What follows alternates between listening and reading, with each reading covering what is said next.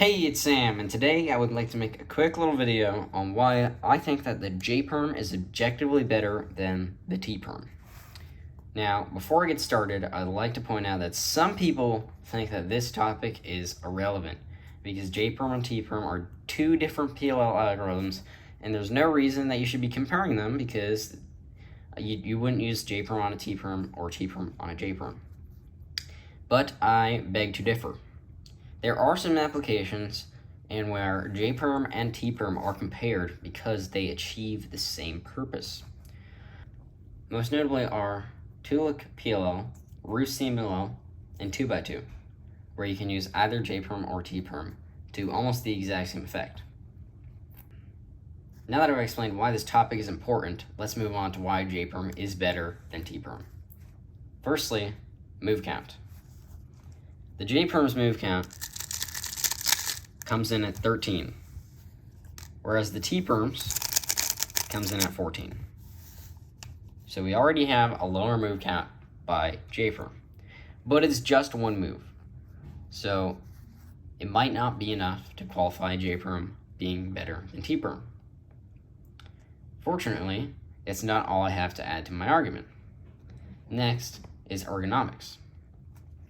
If we look at the T-Perm, and we observe the left index finger performing the U prime moves, we can actually observe that it's being overworked by doing a U prime, R prime, and U prime.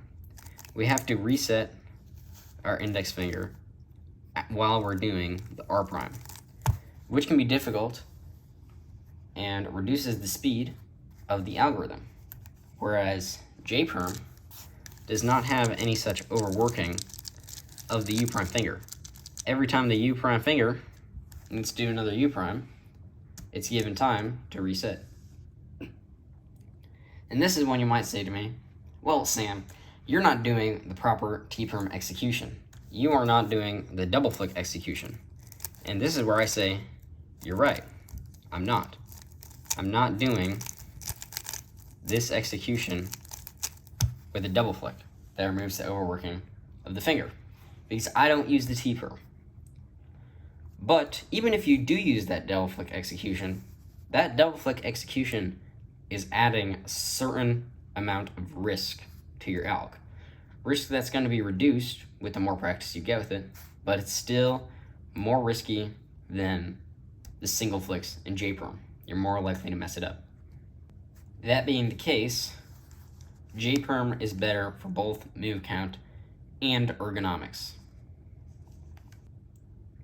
I would like to now talk about 2-look PLL, where there are some potential arguments that T-Perm could be better than J-Perm, but I still think that J-Perm is better than T-Perm.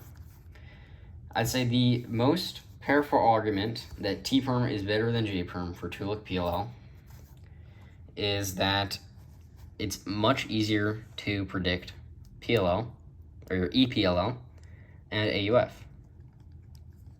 But I don't think this matters, because I don't think anybody who's still using 2-look PLL is going to be advanced enough to be predicting EPLL on the spot or be predicting EUF.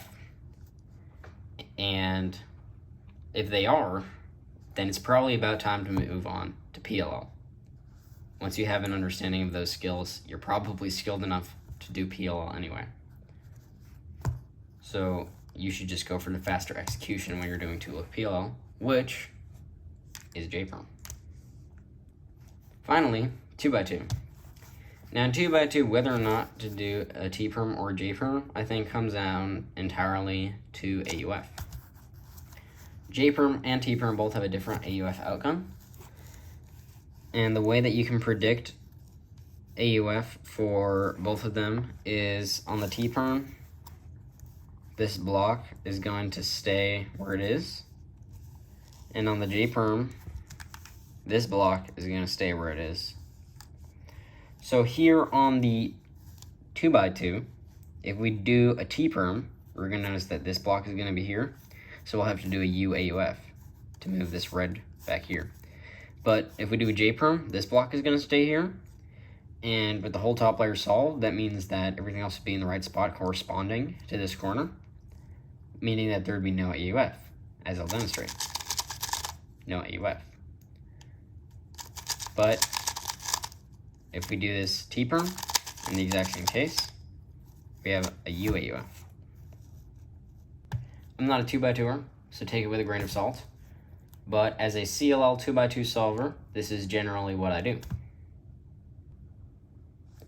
Alright everybody, thank you for watching my little video on why I think the J-perm is better than the T-perm. I hope you start using the J-perm now that you know it's better than the T-perm. But if you disagree, and you think the T-perm is still better than the J-perm, then please comment down below why you think that is the case. Regardless of which algorithm you end up using for your purposes, happy cubing, and I'll see you in the next video.